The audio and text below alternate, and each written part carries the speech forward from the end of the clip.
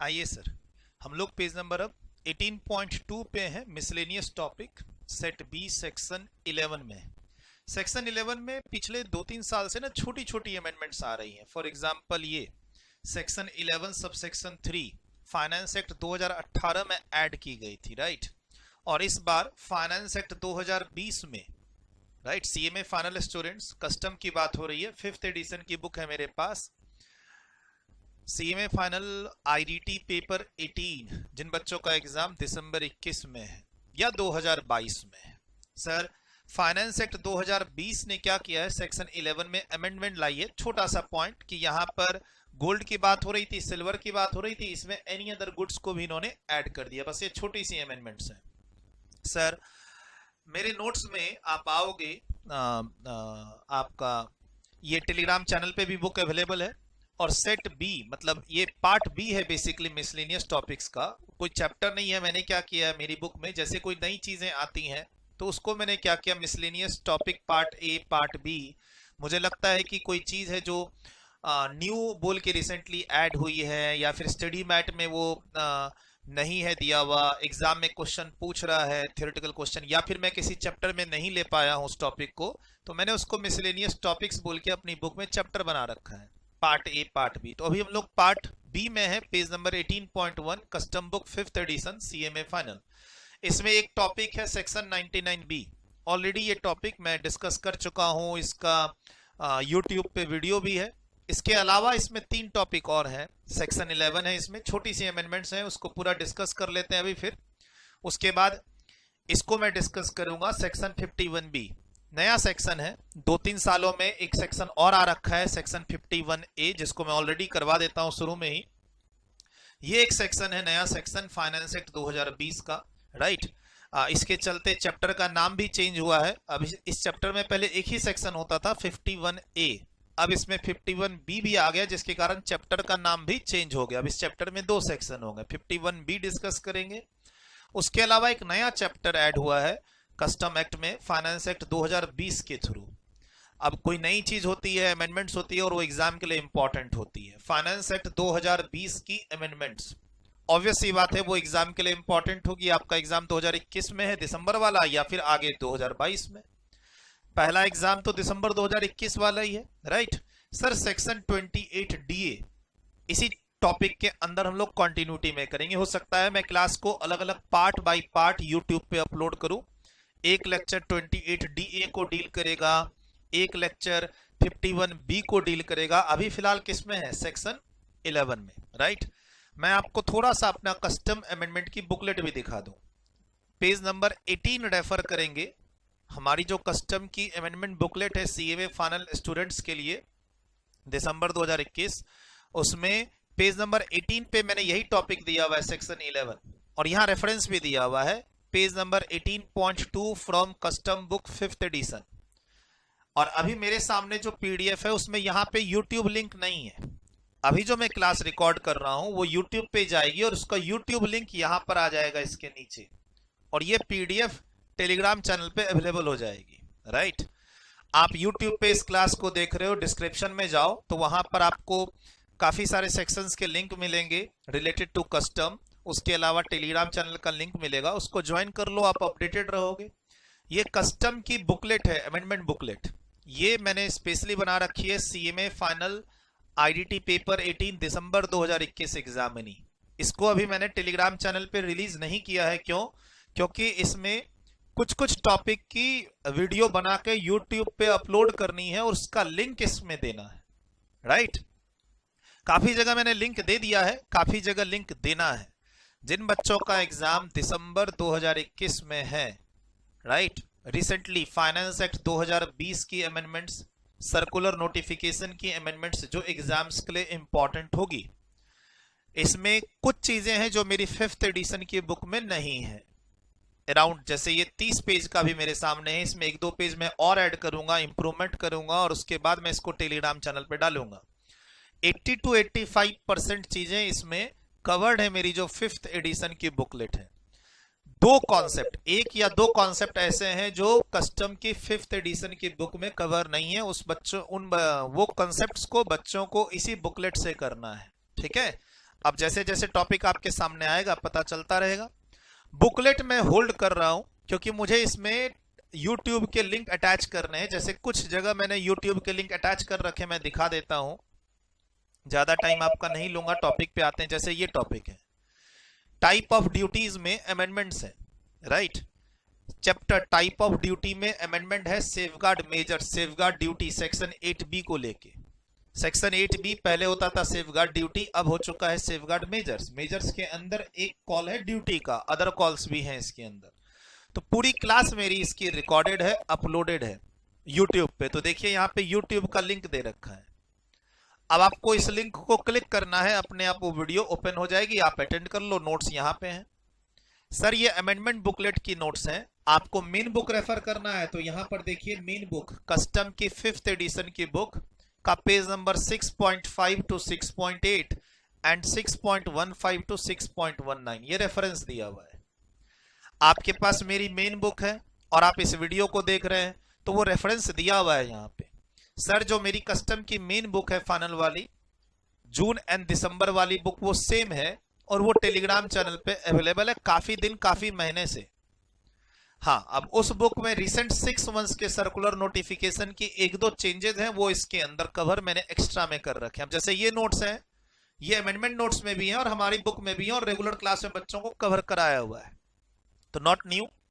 हाँ, जिन बच्चों ने हमसे मान लो 2018 में पढ़ा हुआ है, 2019 में पढ़ा हुआ है, लेकिन अभी एग्जाम दे रहे हैं, 2020 में पढ़ा हुआ, अब एग्जाम दे रहे हैं 2021 में, तो उनके लिए ये एक एडिशनल एडवांटेज हो जाएगा। मान लीजिए से आपने 2020 में हमसे पढ़ा हुआ है अब, लेकिन एग्जाम 2021 में दे रहे हैं, तो ये आपके लिए अमेंडमेंट का काम करेगी, अमेंडमेंट के नोट्स का काम करेगी। आप अमेंडमेंट नोट्स को मेन बुक के साथ पढ़ना चाहते हैं तो ये पेज नंबर के रेफरेंस दिए हुए हैं, और YouTube लिंक से आप इसकी वीडियो देखना चाहते हैं तो ये इसके YouTube लिंक्स दिए हुए साथ साथ। तो हम लोग क्या कर रहे हैं, मैं खासकर क्या कर रहा हूं, जो जो टॉपिक्स हैं, अब जैसे ड्यूटी ड्रॉबैक में कोई अमेंडमेंट नहीं है तो यहां लिखा हुआ है ड्यूटी ड्रॉबैक चैप्टर कोई अमेंडमेंट्स नहीं है, लेकिन एक मेरी क्लास YouTube पे जनरल ड्यूटी ड्रॉबैक को डिस्कस करते हुए अपलोडेड है, तो उसका लिंक यहां दिया हुआ है। अपील चैप्टर में कोई अमेंडमेंट्स नहीं है, एडवांस रूलिंग में भी कोई अमेंडमेंट्स नहीं है, राइट। लेकिन उससे रिलेटेड मेरा एक YouTube पे लेक्चर है, not related to amendments, advance ruling chapter से रिलेटेड एक YouTube वीडियो मेरी है, तो उसका लिंक यहां दिया हुआ है। तो ऐसे ही अब ये ऐसा नहीं कि ये अमेंडमेंट का लिंक है, यहां साफ साफ लिखा हुआ है अमेंडमेंट्स कोई भी इस चैप्टर में नहीं है बाय फाइनेंस एक्ट 2020। यानी अगर आप बच्चों का एग्जाम 2021 में है और मान लो आपने पहले पढ़ा हुआ है 2020 में या 2019 में, तो कोई 2020 से कंपेयर करो तो कोई अमेंडमेंट्स नहीं है। 5th एडिशन की बुक में कोई अमेंडमेंट्स नहीं है as compare to 4th edition book and for December exam. Sir हमारा जून का एग्जाम दिसंबर में मर्ज हो गया है तो कोई अमेंडमेंट्स है एडवांस रूलिंग चैप्टर में? नहीं है। समझ रहे हो? आप 2020 के मेरे स्टूडेंट्स थे या 2021 में आप जून एग्जाम नहीं थे, अब दिसंबर में मर्ज हो चुका है आपका एग्जाम और दिसंबर एग्जाम्स CMA फाइनल। क्या एडवांस रूलिंग में कोई अमेंडमेंट्स है? नहीं। सेटलमेंट कमीशन चैप्टर कस्टम के अंदर कोई अमेंडमेंट्स है? नहीं। अपील चैप्टर कस्टम में कोई अमेंडमेंट्स है? नहीं। CMA फाइनल की बात कर रहा हूं, CA फाइनल में तो ये सब चैप्टर सिलेबस में ही नहीं है, ये ध्यान रखिएगा। CMA फाइनल में ये सब सिलेबस में है, कस्टम में। CA फाइनल में appeal, advance ruling, settlement commission, ये सब CA फाइनल के सिलेबस में नहीं है। मैं CMA फाइनल की बात कर रहा हूं यूट्यूब चैनल के थ्रू, अपने रजिस्टर्ड स्टूडेंट्स को सॉफ्टवेयर के थ्रू। सर आएंगे हम धीरे धीरे, अभी फिलहाल चलते हैं किसमें, पेज नंबर अमेंडमेंट की बुकलेट अगर आपके पास है तो कस्टम का page number 18, miscellaneous topic set B chapter section 11 और पेज नंबर 18.2। तो मैं अपनी बुक से पढ़ रहा हूं इसको क्योंकि बुक का टेक्स्ट और यहां का टेक्स्ट सेम है। अगले पेज पे सेक्शन 11 सब सेक्शन 3 यहां तक आया हुआ है, बुक का टेक्स्ट भी सेम है। Page number 18.2 custom 5th edition की बुक CMA फाइनल और या फिर कस्टम की अमेंडमेंट बुकलेट दिसंबर 2021 पेपर 18 टेलीग्राम चैनल पे रिलीज मैं कर दूंगा, अभी तक मैंने इसको किया नहीं है। सारे टॉपिक्स की YouTube वीडियो बनाने के बाद, उसका लिंक देने के बाद इस बुकलेट को मैं टेलीग्राम चैनल पे 2-3 दिन में डाल दूंगा, don't worry. Sir main book के पेज नंबर 18.2 पे है section 11 powers to prohibit importation और एक्सपोर्टेशन ऑफ गुड्स। हम लोग क्लास में ना बहुत बार पढ़ते हैं प्रोहिबिटेड गुड्स, प्रोहिबिटेड गुड्स। तो उसी से रिलेटेड यहां पर पावर सेंट्रल गवर्नमेंट को दिया हुआ है कि central government time to time notifications issue करके किसी भी गुड्स के इंपोर्ट या एक्सपोर्ट को प्रोहिबिट कर सकती है, या फिर इंपोर्ट या एक्सपोर्ट करने के लिए कंडीशंस डाल सकती है, मींस रिस्ट्रिक्टेड गुड्स। यानी आप उसका इंपोर्ट एक्सपोर्ट तो कर सकते हैं, लेकिन आपको कंडीशंस फुलफिल करने पड़ेंगे। सर अगर कंडीशंस फुलफिल करके अगर आप गुड्स को इंपोर्ट या एक्सपोर्ट कर लेते हो तो वो प्रोहिबिटेड गुड्स की कैटेगरी में नहीं आता है, ये ध्यान रखिएगा। सेक्शन 11 किसका? द कस्टम्स एक्ट 1962 का। कस्टम में हम लोग दो एक्ट रेफर करते हैं, एक कस्टम एक्ट 1962 और दूसरा custom tariff act 1975, right. Section 11 आगे कोई एक्ट का रेफरेंस मेरी बुक में ना दिया रहे तो समझना ये मेन एक्ट का है, customs act 1962। Power to prohibit importation और एक्सपोर्टेशन ऑफ गुड्स। क्लास के अंदर मान लो सर्च चैप्टर है, पेनल्टी चैप्टर है, ऑफेंस वाला चैप्टर है, तो वहां पर वर्ड आता है प्रोहिबिटेड गुड्स। अगर आप प्रोहिबिटेड गुड्स को एक्सपोर्ट इंपोर्ट कर रहे हो तो उसका कॉन्फिस्केशन हो सकता है, इंपोर्टर एक्सपोर्टर को अरेस्ट किया जा सकता है, उन पे पेनल्टी लगाई जा सकती है, जेल भेजा जा सकता है। बहुत सारे सेक्शंस हम लोग पढ़ते हैं जिसमें प्रोहिबिटेड गुड्स का रेफरेंस आता है। Section 111, section 112, section 113, 114, 135, 104। आपका जो कस्टम वॉल्यूम में चैप्टर है सर्च, या जो चैप्टर है पेनल्टी ऑफेंसेस का, चैप्टर नंबर 15, चैप्टर नंबर अब ये जैसे 18 में है ना, आप 15 में जाओगे तो काफी सारे रेफरेंस मिलेंगे आपको प्रोहिबिटेड गुड्स के। प्रोहिबिटेड गुड्स को इंपोर्ट करोगे तो ऐसा होगा, कॉन्फिस्केट हो जाएगा, आपको पेनल्टी देना पड़ेगा, राइट। तो वो तो बाद की चीज है, पहले देख तो ले। एक है डेफिनेशन, प्रोहिबिटेड गुड्स का डेफिनेशन, वो भी मैं लिखवा दूंगा। और सेक्शन 11 में पावर मिल रहा है किसको? सेंट्रल गवर्नमेंट को। आप time to time notification issue करके गुड्स को प्रोहिबिटेड गुड्स की कैटेगरी में डाल सकते हैं। ध्यान रखिएगा, एक होता है प्रोहिबिटेड गुड्स, आप इंपोर्ट एक्सपोर्ट कर ही नहीं पाएंगे, और एक होता है कुछ कंडीशन फुलफिल कर ले तो इंपोर्ट एक्सपोर्ट कर सकते हैं, यानी रेस्ट्रिक्टेड गुड्स। हाँ, वो प्रोहिबिटेड नहीं कहलाएंगे अगर तुमने कंडीशंस फुलफिल कर लिए। If central government is satisfied that it is necessary so to do for any of the purpose specified in subsection 2, नीचे पर्पस लिखे हुए, it may by notification prohibits either absolutely, यानी हम कोई कंडीशन नहीं दे रहे हैं, सीधा प्रोहिबिट, मतलब आप इस गुड्स को एक्सपोर्ट इंपोर्ट कर ही नहीं सकते इंडिया से, और subject to such conditions to be fulfilled before और आफ्टर क्लियरेंस। यानी ये एक तरह से रेस्ट्रिक्टेड गुड्स हो गया, प्रोहिबिटेड नहीं कहलाएगा अगर तुमने वो कंडीशंस फुलफिल कर ली। अच्छा, कुछ कंडीशंस होंगी जो से इंपोर्ट करने से पहले फुलफिल करनी होगी, और या फिर इंपोर्ट करने के बाद, बिफोर और after clearance, as may be specified in the notification the import और export of goods of any specified description. यानी एक होता है सर बोर्ड या central government. Central government sir rules आएगा, रेगुलेशन आएगा या नोटिफिकेशन आएगा? नोटिफिकेशन आएगा। सेक्शन 11 का पावर जो दिया गया, किसको दिया गया? ऑब्जेक्टिव क्वेश्चन, सेंट्रल गवर्नमेंट को। कैसे आएगी चीज आपके सामने? नोटिफिकेशन के थ्रू आएगी। एक होगा एब्सोल्यूट, यानी कोई कंडीशन नहीं, सीधा प्रोहिबिटेड, गुड्स का एक्सपोर्ट इंपोर्ट कर ही नहीं पाओगे, करोगे तो जेल जाओगे, फाइन लगेगी, अरेस्ट हो सकते हो, गुड्स कन्फिस्केट हो सकता है। गुड्स कन्फिस्केट यानी जब्त कर लिया जाएगा, आप पर पेनल्टी लग सकती है, अरेस्ट किया जा सकता है, जेल भेजा जा सकता है।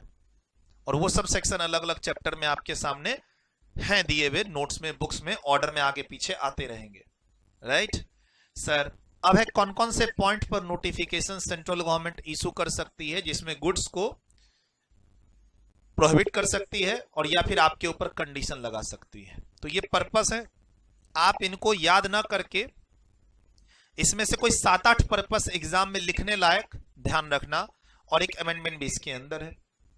सर आपको ये सारे पॉइंट्स नहीं याद करने हैं, ये ध्यान रखिएगा।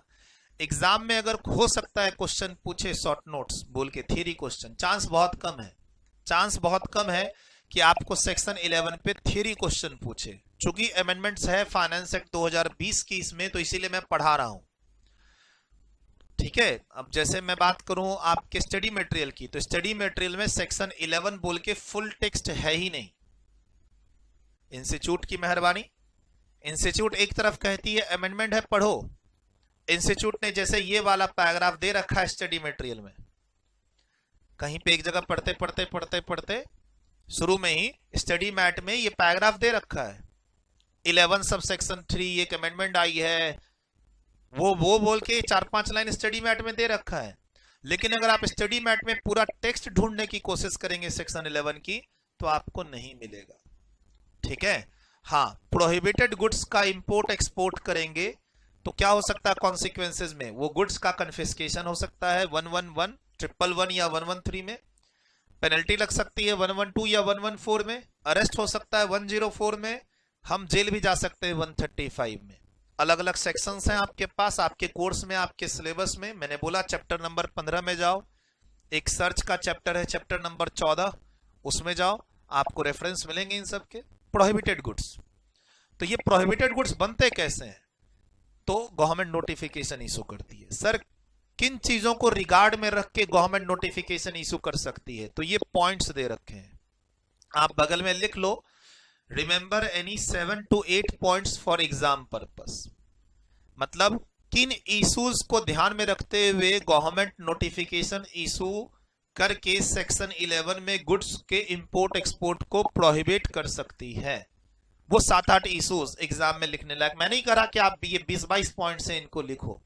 ठीक है, ये इश्यूज आप ध्यान रख सकते हो एग्जाम के लिए, और बहुत कॉमन इश्यूज हैं, बड़े आराम से आप अपने मन से भी लिख सकते हो।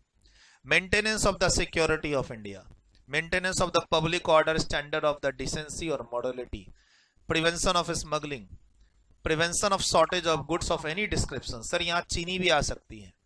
अगर गवर्नमेंट को लगता है कि इंडिया में चीनी शुगर का प्रोडक्शन कम है, लिमिटेड है, अगर हमने इसको एक्सपोर्ट किया तो इंडिया में शॉर्टेज हो जाएगी, गवर्नमेंट कंडीशन डाल सकती है, या फॉर्ट से टेम्पररी 3 महीने 6 महीने साल भर के लिए गुड्स के एक्सपोर्ट को प्रोहिबिट कर सकती है। आप सुनते होंगे टाइम टू टाइम कि गवर्नमेंट ने इस चीज के इंपोर्ट पे रोक लगा दी है 3 महीने के लिए, 6 महीने के लिए, गवर्नमेंट ने इस चीज के एक्सपोर्ट के लिए परमानेंट रिस्ट्रिक्शन लगा दी है। वो कहां से पावर मिलता है सेंट्रल गवर्नमेंट को, सेक्शन 11 से। Conservation of a foreign exchange and the safeguarding of balance of payment. Sir ये कैसा पॉइंट है, मान लीजिए हमारे पास जो रिजर्व्स हैं उसमें डॉलर में बहुत कम है डॉलर्स, अब तुम इंपोर्ट कर रहे हो यूएस से या किसी और कंट्री से और पेमेंट करना पड़ेगा डॉलर में, तो अब हमें यह लग रहा है कि हमारे पास जो फॉरेन करेंसी रिजर्व है वो बहुत लिमिटेड है। ठीक, और अब हम लोगों को इंपोर्ट करने और देंगे, अलाउ करेंगे, तो क्या होगा, मेरा डॉलर का स्टॉक और कम होगा ना, क्योंकि इंपोर्ट करेंगे तो पेमेंट डॉलर में करनी पड़ेगी, पेमेंट डॉलर में करेंगे तो आरबीआई के पास जो रिजर्व है वो और कम होगा। तो गवर्नमेंट उसको भी प्रिजर्व करने के लिए नोटिफिकेशन इशू करके इंपोर्ट पे रोक लगा सकती है। Prevention of injury to the economy of country by the uncontrolled import export of gold, silver, और इसमें अब एक पॉइंट ऐड हो गया है, और एनी अदर गुड्स, यानी पिछले साल तक गोल्ड और सिल्वर ही इसके अंदर कवर थे, अब इसमें कोई भी गुड्स कवर हो सकता है जिसके अनकंट्रोल्ड इंपोर्ट एक्सपोर्ट पे गवर्नमेंट रोक लगा सकती है, हमारी इकोनॉमी को इंजर्ड होने से बचने के लिए, to for the purpose of for prevention of injury to the economy. हमारी कंट्री के इकोनॉमी को इंजरी हो रही है, नुकसान पहुंच रहा है, बिकॉज ऑफ द अनकंट्रोल्ड, अनाप शनाप, बिना किसी लिमिट के काफी सारा इंपोर्ट और एक्सपोर्ट हो रहा है, जिससे हमारी इकोनॉमी डिस्टर्ब हो रही है। पहले इसमें गोल्ड सिल्वर ही थे, अब इसमें क्या ऐड हो गया, अदर गुड्स ऑल्सो। बस इतना ही है, बाकी तो सब आप देख ही रहे हो। सर कोई भी अमेंडमेंट्स है तो मैंने अपनी बुक में जो पीडीएफ बुक है उसमें फाइनेंस एक्ट 20 का रेफरेंस दे रखा है, स्टार मार्क लगा रखा है। अब तो अमेंडमेंट की बुकलेट भी मैं रिलीज कर दूंगा। बाकी चीजें रीडिंग पर्पस के लिए हैं। मैंने क्या कहा, ये लिस्ट स्टडी मैट में दे भी नहीं रखा है, आप इसको अपने से पढ़ सकते हो, पढ़ लो, कोई दिक्कत नहीं है। देखो, सिंपल एग्रीकल्चर प्रोडक्ट के सरप्लस या फिर maintenance of standard for classification, grading, marketing of goods, international trades. हम घटिया क्वालिटी के प्रोडक्ट को बाहर भेज रहे हैं, जिससे क्या हो रहा है, बाहर हमारी इमेज खराब हो रही है, तो उसको भी यहां पर रिस्ट्रिक्ट किया जा सकता है। कोई नई इंडस्ट्री इंडिया में आने वाली है और जो वो इंडस्ट्री अगर इंडिया में जो गुड्स बना रही है वही तुम चाइना से भी मंगवा रहे हो, तो फिर हमारी इंडस्ट्री स्टैब्लिश कैसे होगी? मान लो इंडिया में सोलर पैनल बनने वाला है और सोलर पैनल आपका चाइना से भी आ रहा है, तो हमारी इंडियन इंडस्ट्री कैसे ग्रो करेगी? तो इंडियन इंडस्ट्री को प्रॉपर स्टैब्लिश करने के लिए भी हम रोक लगा सकते हैं एक्सपोर्ट इंपोर्ट पे लगाएंगे, एक्सपोर्ट पे तो नहीं लगाएंगे अगर हम किसी इंडस्ट्री को स्टैब्लिश करना चाहते हैं। For prevention of serious injury to the domestic production of goods, for protection of human, animal, plant life और हेल्थ। सर कोई एनिमल है जो बहुत लिमिटेड वे में इंडिया में अवेलेबल है, अब आप उसके एक्सपोर्ट कर रहे हैं। ऐसे भी मान लो एनिमल में स्नैक का एक्सपोर्ट पे तो प्रोहिबिशन है। आप स्नैक और जो बहुत सारे एनिमल्स हैं जो लेदर प्रोडक्ट बनाने के भी काम आते हैं, उन सब पे प्रॉपर परमानेंट रेस्ट्रिक्शन लगा हुआ है, आप एक्सपोर्ट कर ही नहीं सकते। Protection of natural treasure of artistic, historic और archaeological values, conservation of exhaustible natural resources. मान लो कोल, अब कोल के माइंस इंडिया में जो है उससे जो कोयला निकलेगा वो तो इंडिया की डिमांड को फुलफिल करे कि हम एक्सपोर्ट कर दें। तो सर हो सकता है गवर्नमेंट ये भी बोल दे कि अगले 5 साल के लिए हम कोयले के एक्सपोर्ट पे रोक लगा रहे हैं।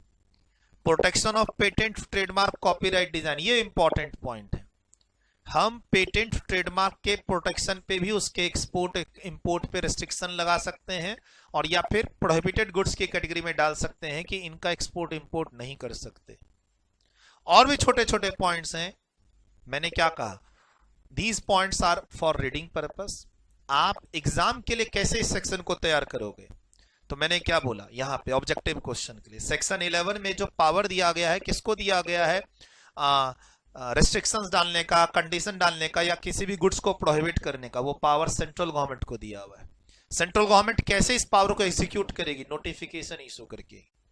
कौन से पॉइंट्स को ध्यान में रख के नोटिफिकेशन होगा? सर ये 15-20 पॉइंट्स हैं, इसमें से कोई 7-8 पॉइंट आप एग्जाम के लिए तैयार कर लेना।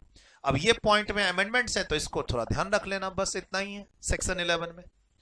सर अब ये थोड़ा सा पैराग्राफ है जो इंपॉर्टेंट है 2-3 मार्क्स के लिए। कहता है कि अगर कोई दूसरा एक्ट है, ये हम कौन सा एक्ट पढ़ रहे हैं? Custom act.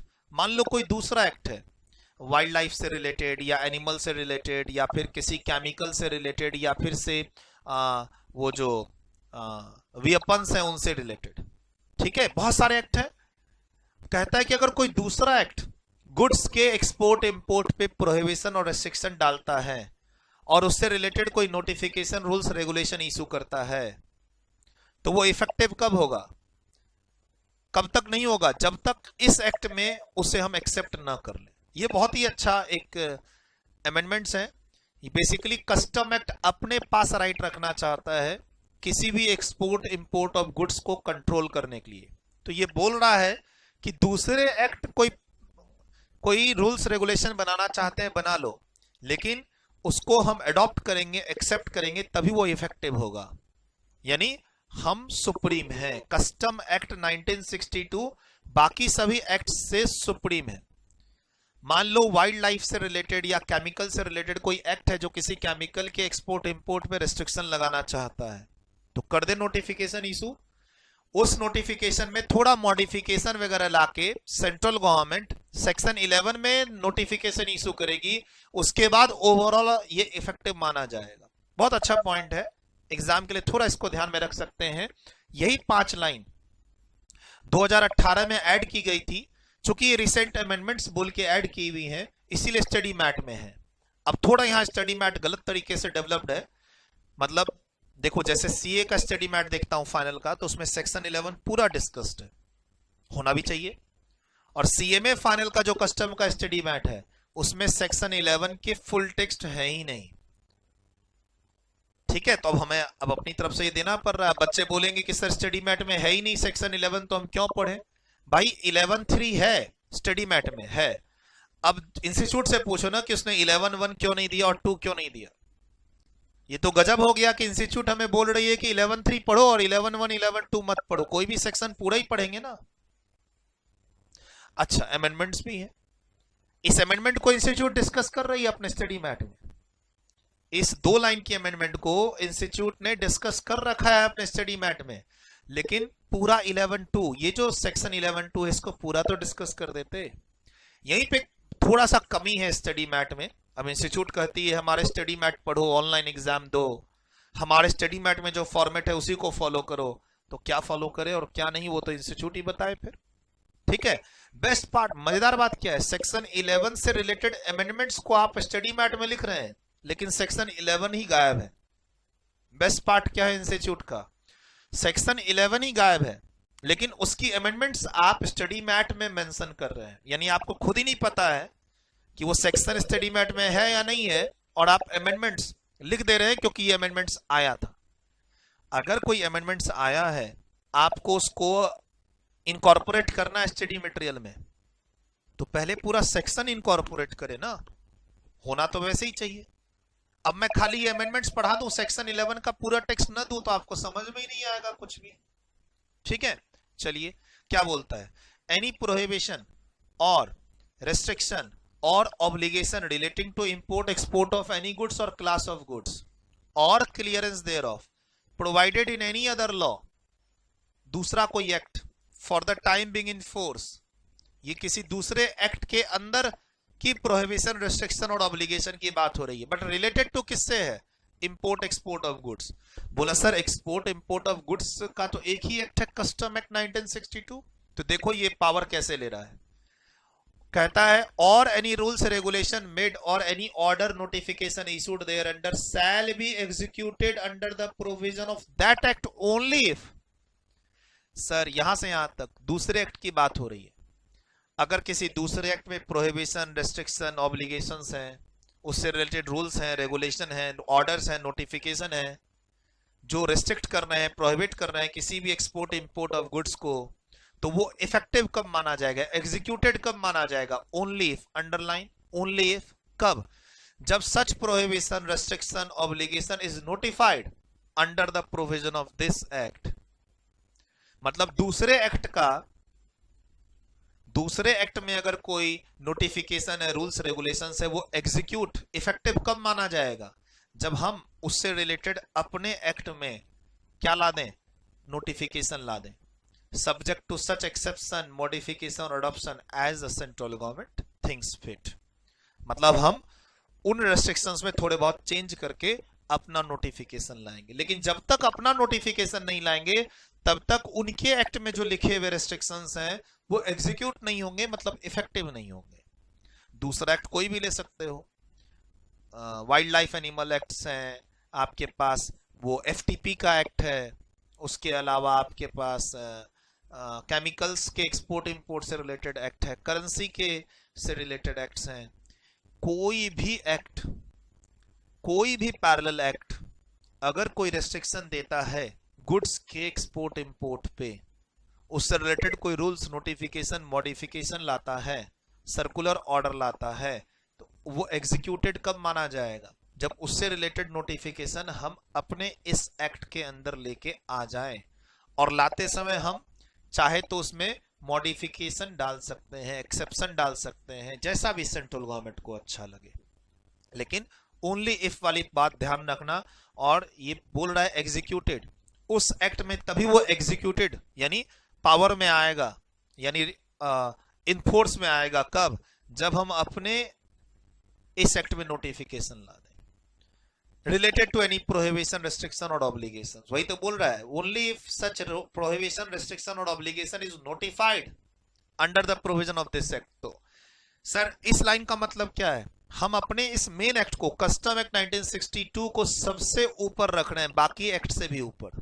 ठीक, अच्छा, इंस्टीट्यूट में स्टडी मॉड्यूल में या एमटीपी में या सजेस्टेड में कोई भी क्वेश्चन इससे रिलेटेड नहीं है, तो इसीलिए थ्योरी डिस्कस करके छोड़ देना है। सर ये 2 साल 3 साल पहले की अमेंडमेंट्स है और इस साल ये रिसेंट ऐड हुई है फाइनेंस एक्ट 2020 से। अब आपका एग्जाम 2021 दिसंबर है, तो समझिए कि इस अमेंडमेंट का पहला अटेम्प्ट तो यही है दिसंबर 2021, बाकी 2022 में एग्जाम है। यूट्यूब पे इस वीडियो को देख रहे हैं तो देखिए, कोई दिक्कत नहीं है। अगले टॉपिक में चलते हैं। सर जो बच्चे यूट्यूब पे इस वीडियो को देख रहे हो वो आपको ये टॉपिक की अलग वीडियो दिखेगी, बाकी जो रजिस्टर्ड स्टूडेंट्स हैं वो तो देख ही रहे हैं कंटिन्यूटी में।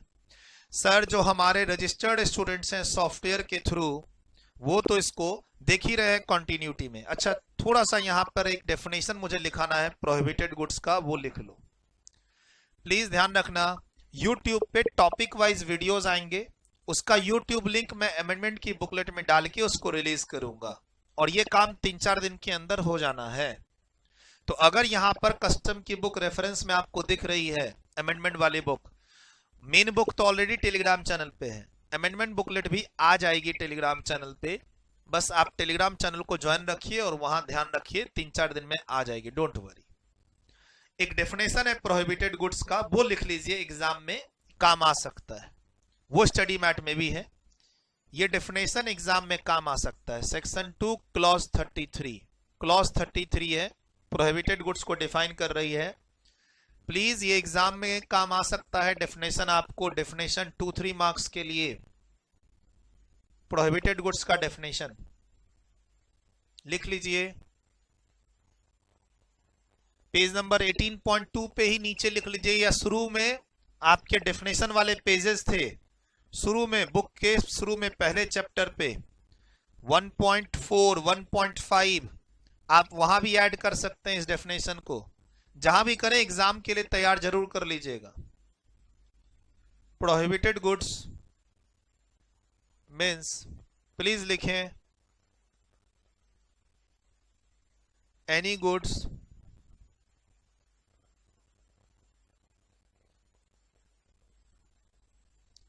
the import or export of which is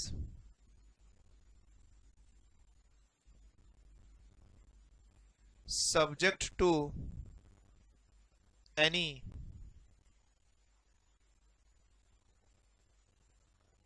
prohibitions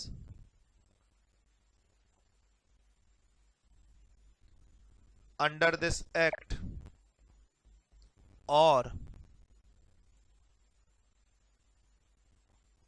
any other law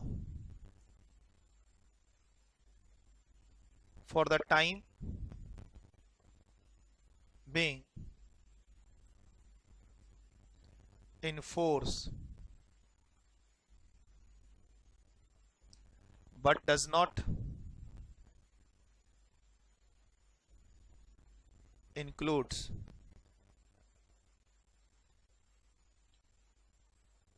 sir prohibition temporary भी दिया जा सकता है, से 6 महीने के लिए, 1 साल के लिए, 2 साल के लिए, ठीक, ऐसे भी दिया जा सकता है, और परमानेंट प्रोहिबिशंस भी होते हैं। लेकिन अब आगे क्या लिख रहा हूं कि अगर कुछ कंडीशंस हैं उसको आप फुलफिल करके गुड्स इंपोर्ट एक्सपोर्ट कर रहे हैं तो फिर वो प्रोहिबिटेड गुड्स की कैटेगरी में नहीं आएगा, डज नॉट, ये ध्यान रखना है। But does not include any such goods in respect of which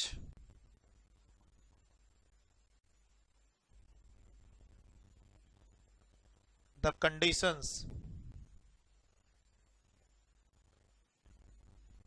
subject to which the goods are permitted to be imported or exported have been complied with। आप ये कहां पर लिखे हो बुक के 8.2 पे लिख लो, और या फिर मैंने बोला आप डेफिनेशन जो शुरू में आपके नोट्स पे दिए हुए हैं बुक में 1.4 1.5 कहीं भी रेफरेंस जरूर दे देना ताकि एग्जाम में रिवीजन करते समय मिस ना हो। 5th edition custom book, 5th edition custom book, CMA final IDT paper 18 और दिसंबर 2021 एग्जाम। डन, वीडियो रोक के लिख चुके हैं आप, वीडियो रोक के आप इसको लिख चुके हो, राइट। सर यूट्यूब पे छोटी छोटी वीडियोस आएंगी टॉपिक वाइज, बाकी कंटिन्यूटी में जो रजिस्टर्ड स्टूडेंट्स हैं वो देख ही रहे हैं। Sir 51B